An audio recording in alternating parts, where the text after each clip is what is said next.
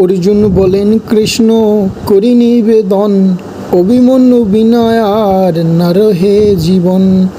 অভিমন্যু সমনাহি দেখি ত্রিভুবনে, কন্দর্প সমান রূপ পূর্ণ সর্বগুণে।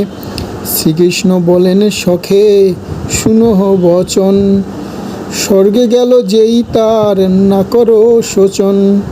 বীর ধর্ম করিলে অদ্ভুত ভুবনে, লক্ষ লক্ষ যোদ্ধাগণে বিনাশীল রণে।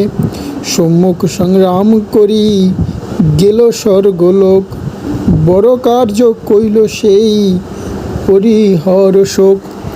অনিত্য সংসার দেখো নিত্য কিছু নয়, স্বরূপে কহিনু এই জানিহ নিশ্চয়। যতেক দেখো পুত্র পৌত্র পরিবার, কেহ কারো নহে শুনো কুন্তীর কুমার। এক কথা সাবধানে করহ শ্রবণ, বৃক্ষের উপরে দেখো থাকে পক্ষীগণ। নিশা খালে থাকে সব বৃক্ষের উপর, প্রভাতে উঠিয়া যায় দিগ দিগন্তর। ততুল্য সংসারেই দেখো ধনঞ্জয়, কুহকের প্রাণ যেন কিছু সত্য নয়। এমতে সান্ত্বনা পার্থে করে নারায়ণ, হেনকালে তথায় আসে ব্যাস তপোধন।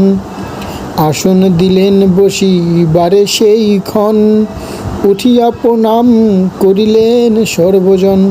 পার্থ বলিলেন মুনি কর অবধান, অভিমন্যু পুত্র বিনা স্থির নহে প্রাণ। ব্যাস বলিলেন ইহা শুনো সর্বজন, জীবন অসার সার কেবল মরণ। সৃজন করিল ব্রহ্মা এ তিন ভুবন, পরিপূর্ণ হইল পাপী না হয় পতন। পৃথিবী না সহে ভার টলমল করে, এত দেখি নারায়ণ চিন্তিয়া অন্তরে।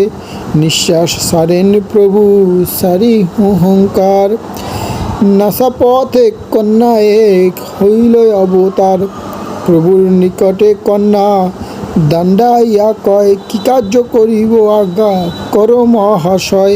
ব্রহ্মা বলিলেন তুমি মৃত্যুরূপা হও, চতুর্দশ পুরে গিয়া ভূমিয়া বেড়াও। মৃত্যুরূপে জীবগণে বত কাল পে, প্রভুর আদেশে কন্যা হরষিতা হয়ে।